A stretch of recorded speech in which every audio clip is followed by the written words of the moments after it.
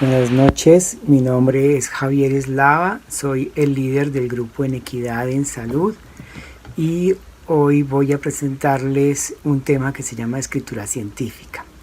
La escritura científica nace hace muchos años. Ustedes recuerdan estos documentos de la escritura cuneiforme que datan de 3000 al 4000 antes de Cristo.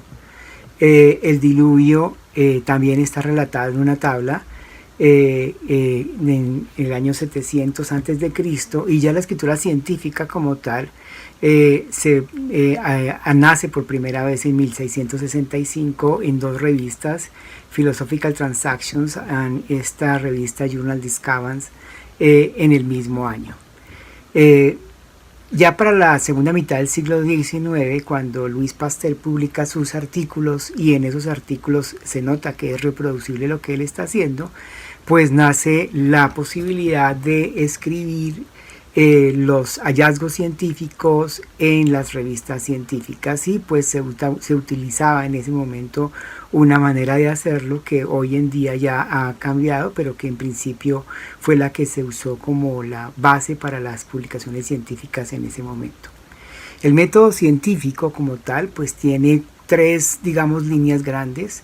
Una es la de las líneas de las disciplinas empírico-analíticas, otra de las histórico-hermenéuticas y otra de las que se llaman críticos sociales. Nosotros, el método científico que se utiliza en el área de la salud está más enfocado en las áreas empírico-analíticas, aunque también se desarrollan preguntas que se responden a través de las disciplinas histórico-hermenéuticas y críticos sociales. Lo que vamos a hablar hoy de las publicaciones relacionadas con la literatura científica de las disciplinas empírico-analíticas. ¿Esto qué significa? Son disciplinas que están basadas en la observación. Utilizamos la lógica inductiva para hacer inferencia científica, es decir, lo que encontramos en pequeñas muestras poblacionales lo queremos generalizar a la población, y de ahí que publicar sea importante para que estos hallazgos en las muestras de investigación puedan ser utilizados en la población general. Usualmente tienen pruebas de hipótesis, es decir, que se confrontan los datos con la estadística para estar seguros de que van más allá del error esperado de manera aleatoria, y que los datos se están llevando hacia una conclusión que permitiría implementar una acción, una intervención o reducir un riesgo. Todo eso se hace bajo el principio de la falsabilidad, o lo que se llama la refutabilidad, que propuso Popper en los años 1920 del siglo pasado. Los postpopperianos, después de que Popper puso esta propuesta, pues hicieron obviamente unas críticas, todas ellas válidas al método científico. Si partimos de observaciones erróneas, llegamos a tener resultados erróneos, eso hay que prevenirlo. No es lo mismo encontrar asociación que predecir, entonces ahí también hay que evitar hacer predicciones cuando el método no está diseñado específicamente para predecir, sino solamente para asociar. Pero la más grave, y la que queremos poner hoy de frente en esta conferencia, es la de que el investigador hace parte de un entorno del cual no se puede aislar, no es aséptico, y eso hace que cuando se hace investigación científica y el investigador quiere agradar a su entorno, se generen unos riesgos potenciales en la investigación. Estos riesgos pues generalmente terminan en inadecuadas conductas científicas y éticas, y pues ahí están enfrentados algunos de los que se proponen: el fraude, el error sistemático o el error aleatorio, cuando se hace de manera intencional uso de él para generar resultados que no son ciertos. Se define como inadecuadas conductas científicas, esto: fabricación, falsificación de datos, plagio u otras desviaciones serias de las prácticas aceptadas para llevar la investigación, pero adicionalmente para reportar los resultados. Por parte del Committee on Publication Ethics se mencionan las malas conductas éticas, y ahí también se hablan de otro tipo de cosas relacionadas con las publicaciones, como los errores del autor, poner un autor que no corresponde, las autorías, los autores fantasmas, el regalo de autoría, las disputas de autoría, nuevamente la fabricación de datos, la manipulación de ellos, la falsificación, las malas conductas editoriales en algunas revistas, con el tema de la financiación de artículos y el favorecimiento a los que vienen financiados por la industria, la manipulación de imágenes, tomar imágenes que no son propias y publicarlas, el plagio, el autoplagio es una mala conducta ética. Muchos autores dicen que es que ellos son tan importantes que necesitan revisar sus propios contenidos varias veces y resulta pues que eso se llama autoplagio y es una mala conducta ética. También está la falta de aprobación del Comité de Ética por investigaciones que están relacionadas con humanos, el violar la confidencialidad de los pacientes, la información engañosa o la presentación del mismo artículo en varias partes, la superposición de publicaciones, el proceso de pares que no se haga adecuadamente por la oficina editorial, que no se mencione el apoyo financiero, y que la investigación no sea ético o que no se circunscriba a las buenas prácticas de investigación o lo que llaman good clinical practices. Ya en el marco de lo que es el error, el sesgo y el fraude, nosotros publicamos un artículo que los invito a leer en donde tratamos de mostrar que esas fronteras no son tan claras. Aquí están viendo ustedes las fronteras entre fraude y verdad que tratamos de graficar. Si entendemos el azul como el error aleatorio, las barras verdes como el error sistemático y el fraude cuando el error sistemático se hace de manera intencional para desviar los resultados de la verdad, eso pues automáticamente se convierte en fraude.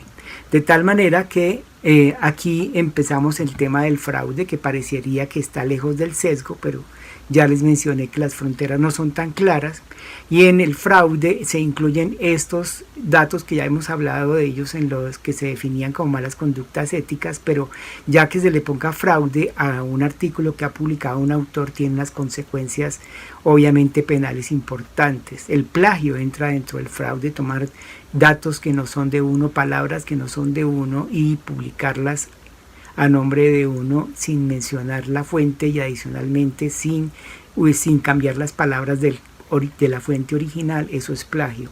La fabricación y la falsificación de datos, ya lo dijimos. Cuando el protocolo se desvía de manera intencional, el comité de ética aprueba un protocolo y no se hace el protocolo que es y no se le pide el permiso al comité de ética. Lo que les mencionaba del error sistemático y el aleatorio intencional, o sea, cometer el error adrede para que los datos den lo que yo quiero que dé, y pues el tema de no incluir el comité de ética o de investigación en la aprobación del estudio también se considera fraude. Entre el año 2000 y 2010 se retractaron 788 artículos, como ustedes ven ahí, que estaban relacionados con investigación en humanos en las bases de datos. Y de esos artículos retractados tuvieron como primer autor, los que fueron retractados por fraude, el autor ya había cometido fraude en otras publicaciones en un 53%. Y los retractados por error, o sea, porque se equivocaron en los datos, porque hubo una mala interpretación de los datos o de manera intencional o no, el autor se había equivocado o había cometido un error o era una conducta repetitiva en 18% de las veces.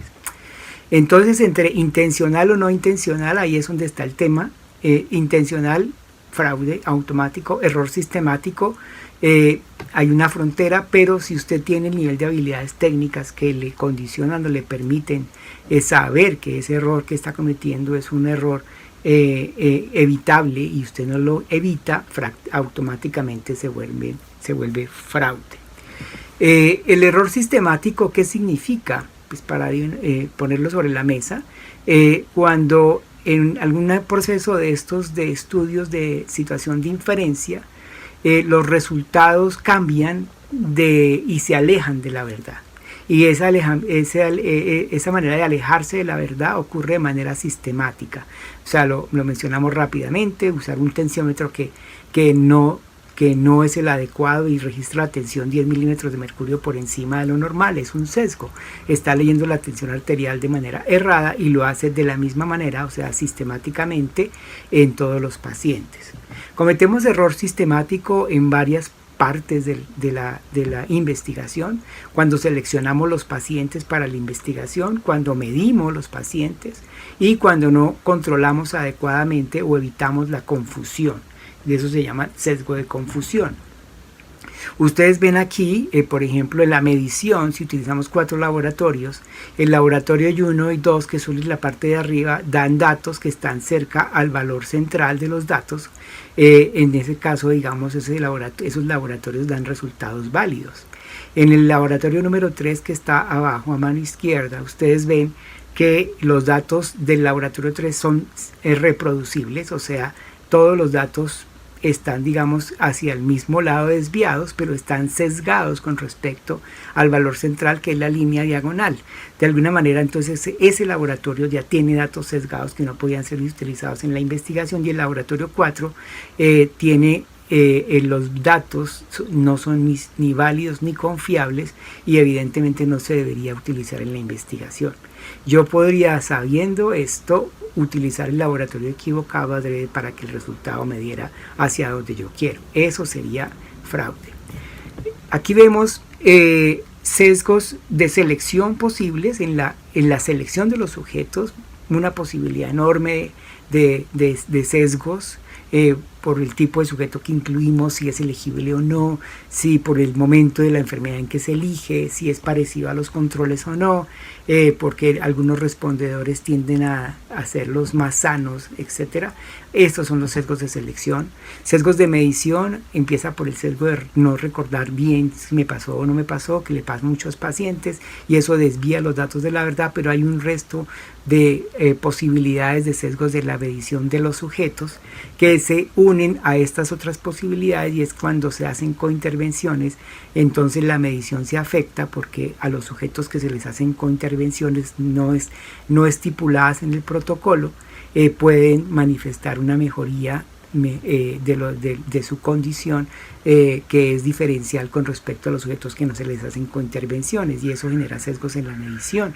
Y en el seguimiento también puede haber problemas porque los pacientes se van de un brazo del estudio al otro, o porque se pierden de manera diferencial entre los dos brazos.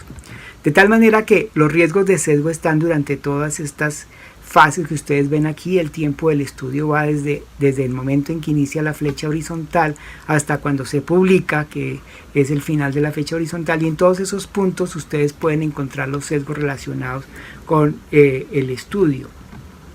Ya viéndolo detalladamente, los sesgos que hemos mencionado de la medición, en la selección y en la confusión ocurren básicamente en el momento en que se empieza el estudio hasta el momento en que se registran las variables del desenlace, o sea, de cómo le fue a los pacientes. Pero si ustedes miran ahí, ya cuando arranca el análisis, ahí es cuando cometemos la posibilidad del error aleatorio, que es un error aleatorio que, si se hace de manera intencional, se llama pirateo de la P o p-hacking. Y después de esto, ya cuando vamos a escribir los resultados del informe o para la publicación, en la interpretación de los datos se vuelve todavía mucho más subjetivo el hecho, porque diferencias pequeñas yo las puedo mostrar como grandes diferencias y puedo concluir con base en ese hallazgo mal interpretado que la intervención que se propone es la que se debe usar. Y ahí es donde entra el tema del entorno. Entonces es muy importante tener en mente esto, porque esto es lo que hace que finalmente nosotros cometamos errores o sesgos en la desviación de los resultados reales hacia los resultados que queremos emocionalmente dar.